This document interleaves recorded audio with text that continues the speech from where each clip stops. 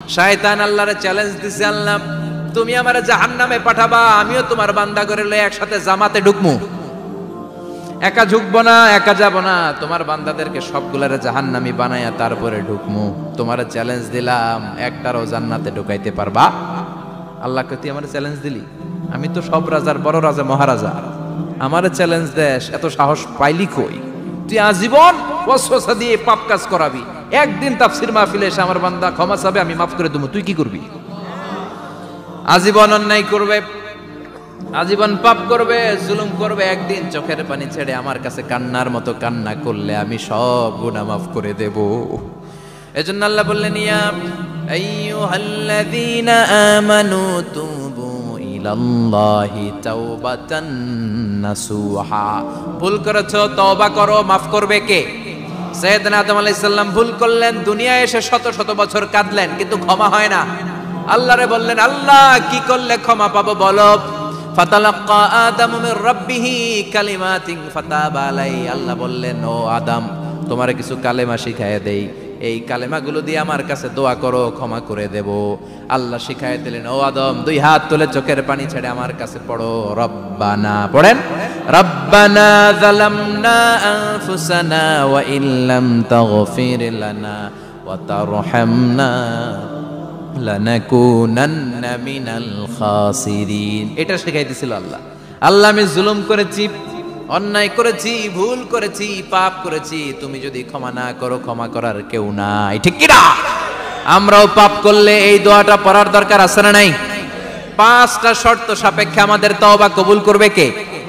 তওবা কবুল হওয়ার কিছু শর্ত আছে, পাঁচটা। কয়টা? চিৎকার মেরে বলতে হবে, তওবা কবুল হওয়ার শর্ত কয়টা? এক নম্বরে হচ্ছে আল ইকরা, acknowledgement. You have to give the acknowledgement that you are the greatest sinner on earth.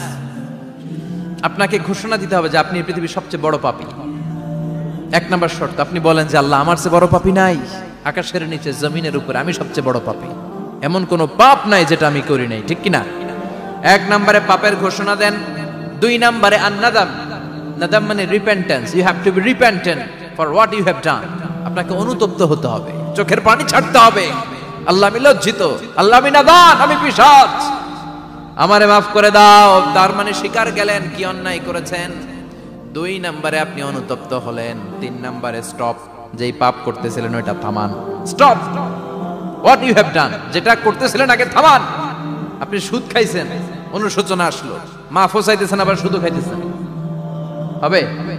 আপনি ঘুষ খেয়েছেন, তওবা শুরু করলেন, আবার ঘুষও খেয়ে যাচ্ছেন, হবে? থামেন, স্টপ। তিনটা গেল। চার number, to hate what you have done, ঘৃণা করতে হবে, যে পাপটা করেছেন মন থেকে ওই পাপটাকে ঘৃণা করতে হবে। পাঁচ নাম্বার শর্ত হচ্ছে to determine that you never repeat this sin again in your life.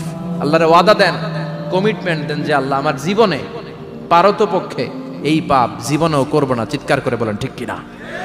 তার মানে আপনি শিকার যান, তারপরে আপনি অনুতপ্ত হবেন, যে পাপ করেছেন থামিয়ে দিবেন, পাপটারে মন থেকে ঘৃণা করবেন, আর আল্লাহরে ওয়াদা দিবেন আল্লাহ আর করব না।